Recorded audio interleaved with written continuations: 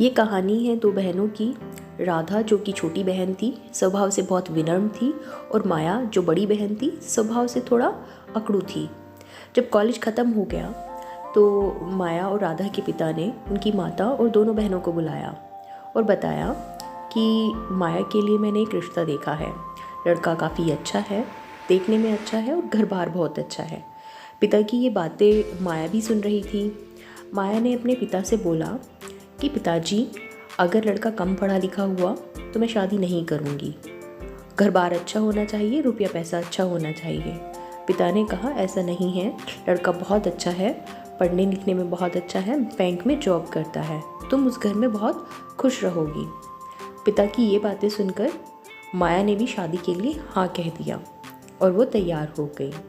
चूँकि ये पहली शादी थी, इसीलिए माया के पिता ने माया की शादी में कोई कसर नहीं छोड़ी और बहुत धूमधाम से शादी की। कुछ टाइम बीतने के बाद अब माया के पिता को राधा की चिंता भी सताने लगी, क्योंकि माया की शादी में बहुत पैसा खर्च हुआ था, इसीलिए उन पर कुछ कर्ज भी हो गया था। तो वो राधा की माँ को बुलाते हैं और बताते हैं कि मैं सोच रहा हूँ कि राधा की भी शादी कर दूँ। परिवार अच्छा है, लड़के वालों की शहर में एक दुकान है और घर भी अच्छा है, लेकिन वो लोग माया के घर वालों जितने पैसे वाले नहीं हैं, उतने अमीर नहीं हैं। मैं चाहता तो यही था कि राधा के लिए भी माया जैसा बड़ा घर ढूंढूं, लेकिन मेरा इतनी बड़ी शादी करने का अभी बजट नहीं है। माता पिता को बातें करते देख राधा ने भी उनकी बातें सुन ली।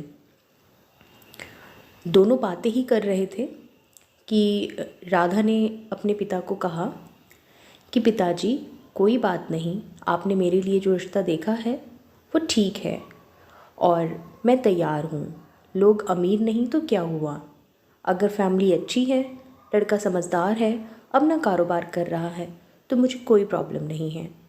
पिता को ये बातें सुन के संतुष्टि हुई और राधा की शादी कर दी गई। राधा के घर में उसका पति और उसकी बूढ़ी सास थी। उसकी बूढ़ी सास ज़्यादातर बीमार रहती थी। राधा ने भी घर की लक्ष्मी की तरह घर की पूरी जिम्मेवारी उठा ली। वो खाना पीना बनाना और घर के कामों में व्यस्त रहने लगी। वहीं दूसरी तरफ उसकी बड़ी बहन माया, जो बहुत बड़े घर में जिसकी शादी हुई थी, वो नौकर नौकरानी उसके आसपास काम करते थे। घर में वो कोई काम नहीं करती थी, सिर्फ किटी पार्टीज़ करती थी। एक बार माया राधा की दुकान पर आती है, जहाँ राधा और राधा के हस्बैंड अपनी शॉप पे खड़े हुए थे, और उसको मिठाई का डब्बा देते हुए बोलती है कि तुम्हारे जीजा जी ने नई कार ली है, पूरे 20 लाख की है, मैंने सोचा कि तुम्हें मिठाई खिला दूँ। ऐसा सुन के राधा बहुत खुश हुई और राधा ने दोनों को बधाई भी दी। लेकिन ये सारी बातें राधा का पति जो था वो देख रहा था। उसने राधा को बोला, तुम्हें पता है, तुम्हारी बहन यहाँ हमें मिठाई का डब्बा देने नहीं, बल्कि वो मेरा मजाक उड़ाने आई थी, वो हमें नीचा दिखाने आई थी, इसलिए क्योंकि मैं कभी गाड़ी नहीं खरीद सकता, मैं उनकी तरह कभी अमीर नहीं बन सकता। अपने पति की ये बातें सुनकर राधा बोली, आपको किसने कहा कि आप गाड़ी नहीं खरीद सकते, आप अमीर नहीं हैं। माया का पति तो एक बैंक में नौकरी करता है, नौकरी का मतलब नौकर, लेकिन आप तो अपना खुद का कारोबार करते हैं। आप चाहें तो ऐसी 10 गाड़ियाँ खरीद सकते हैं और हम दोनों मिलकर खूब मेहनत करेंगे और बहुत पैसा कमाएंगे। राधा की ऐसी बातें सुनकर राधा के पति को बहुत संतुष्टि हुई और दोनों इसी तरह से हंसी खुशी अपनी बातचीत करने लगे। दोनों ने विचार विमर्श किया कि कैसे वो अपने घर और दुकान को आगे बढ़ाएंगे। दोनों ने बहुत सारी प्लानिंग्स की कि कैसे हमारा कारोबार जो है वो बहुत अच्छा चले। चूँकि राधा का पति दुकान पर बैठता था, तो राधा भी दोपहर के सारे काम ख़त्म करके दुकान पर आ जाती थी और दोनों अपनी दुकान चलाते थे। धीरे धीरे समय व्यतीत हो रहा था और दोनों ने अपनी दुकान को आगे बढ़ाने के लिए कुछ चीज़ें सोची, जिसमें सबसे पहले जो भी ग्राहक दुकान पे आएगा उसके साथ बहुत विनम्र तरीके से बात की जाएगी। तो इसका नतीजा ये हुआ कि जो भी कस्टमर उनकी दुकान पर आता वो दोबारा फिर आता, उनको उनका व्यवहार इतना अच्छा लगता और बड़ी ईमानदारी से वो काम करने लगे।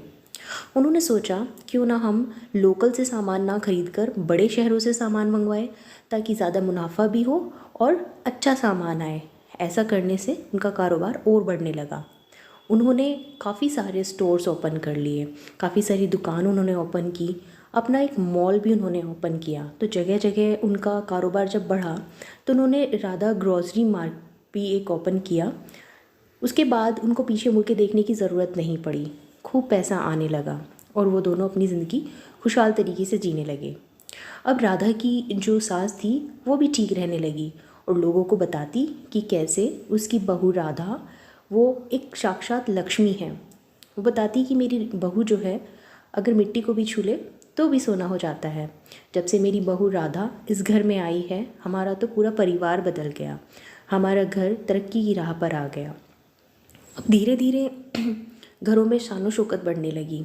राधा के पति एक बार गाड़ी लेके आए और उन्होंने बताया, देखो मैं गाड़ी लेके आया हूँ। राधा बोली, अच्छा आज एक और गाड़ी ले आए। तब उसके पति बोलते हैं, अरे मैं तो कुछ भी नहीं कर रहा, ये जो तुमने कहा था वो सच हो रहा है। तुम ही ने कहा था कि एक दिन मैं 10 गाड़ियों का मालिक बनूंगा और आज देखो 7 गाड़ियाँ आ गई हैं, 3 गाड़ी आनी और बाकी हैं। दोनों अपनी ज़िंदगी को बड़े खुशहाल तरीके से जी रहे थे।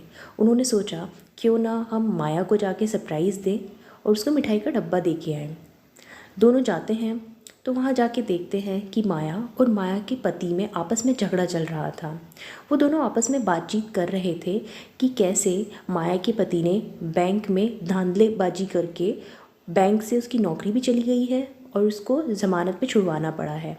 माया उसको ये बता ही रही थी कि तुमने अगर ये गलत कदम नहीं उठाया होता तो हमारा सब कुछ ये गिरवी ना रखा होता।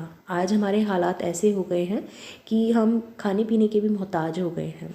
उन दोनों को जरा सी भी भनक नहीं लगी कि राधा और राधा का पति उनके घर पे आए हुए हैं।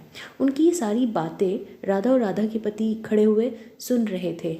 जैसे ही उन्हें ये आभास हुआ कि राधा और राधा का पति जो है उनके कमरे में खड़े हुए उनकी बातें सुन रहे हैं, वो दोनों चौंक गए। उनके चौंकने के बाद राधा और माया आपस में मिले। माया राधा को देखकर रोने लगी और माया के पति ने राधा के पति का अभिवादन किया और उसे कहा कि मैंने सुना है आप काफ़ी सारे स्टोर्स ओपन कर रहे हैं, अगर आप अपने किसी स्टोर में मुझे मैनेजर लगा लें तो आपकी बहुत कृपा होगी। पहले तो माया के पति की ये बात सुनकर राधा और राधा के पति थोड़ा आश्चर्य में पड़ गए, लेकिन बाद में उन्होंने उनको हाँ कह दिया और अपने यहाँ रख लिया। ये सुन के माया का घमंड चूर चूर हो गया। उसे वो बात याद आने लगी कि कैसे उसने अपनी छोटी बहन को एक दिन नीचा दिखाया था। आज वो उसी के दर पे अपने पति को काम करते हुए देख रही है। दोस्तों, इस कहानी से आपको क्या सीख मिलती है कमेंट बॉक्स में ज़रूर बताएं। और अगर कहानी ज़रा सी भी पसंद आई हो तो वीडियो को शेयर और लाइक ज़रूर कीजिएगा। चैनल को सब्सक्राइब भी करना है। धन्यवाद।